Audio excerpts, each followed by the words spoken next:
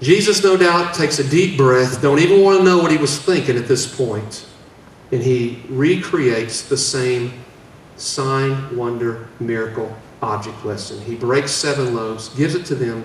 They feed the people. There's 7 loaves left over.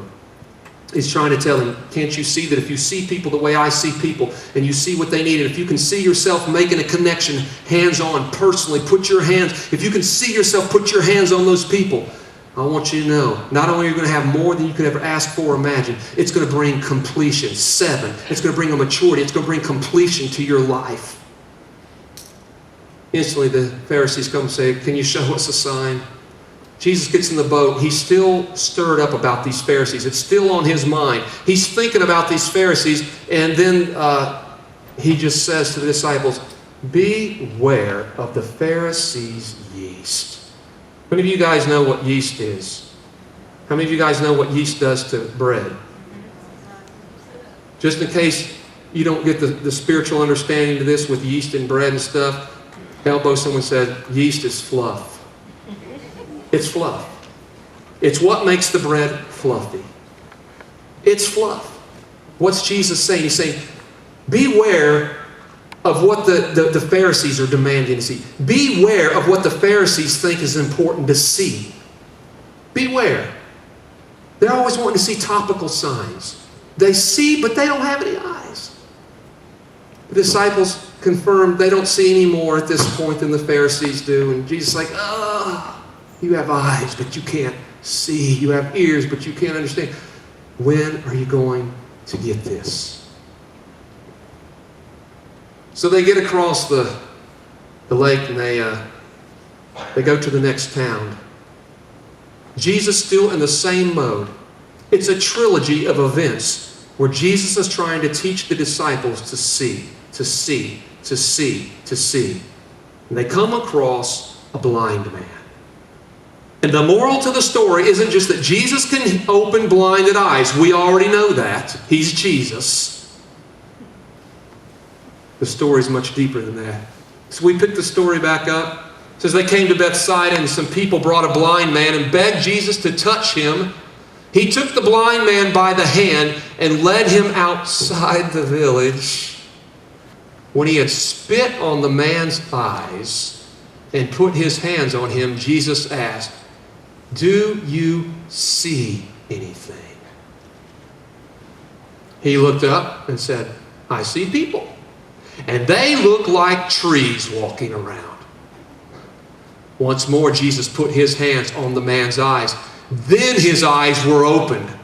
His sight was restored, and he saw everything clearly. This story is presented to us at the end of this little trilogy. God trying to help us understand that when you look at people, you are not seeing what's really there. You're not seeing. You see the people, but you don't really see them the way they are. Jesus spits in the man's eye, places his hands on him, says, now tell me, what do you see? He lifts his head up, he looks around, there must be people around them everywhere. He's probably looking at the disciples. He says, oh, I see people. Really? How do people appear to you? They look like big trees walking around. Now, if this man was blind, I have no idea why he would have any idea what a tree looks like. So we understand that the moral to the story is God's just simply trying to tell us, this guy still does not know how to see people. He touches his eyes a second time. Jesus trying to tell us something here with the second touch of the man's eyes. He's trying to say, if you want to see people beyond the topical, beyond the surface, beyond what clearly anybody can see, it's going to require a deeper revelation. You can't just see on the surface.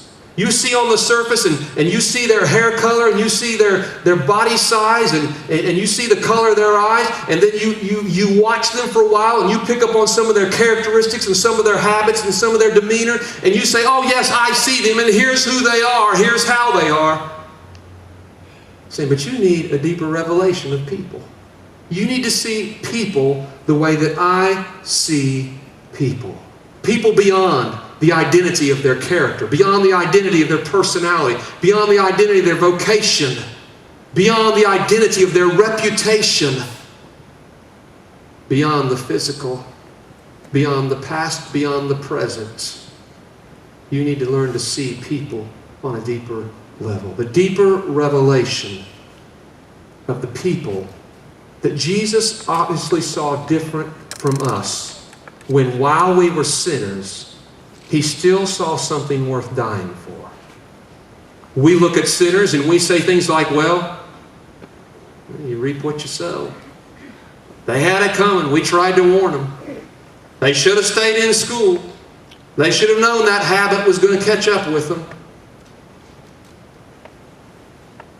Jesus looked at humanity, and He saw people not as just trees walking around, something living walking around, because that's all the tree was supposed to represent. I see living things walking around.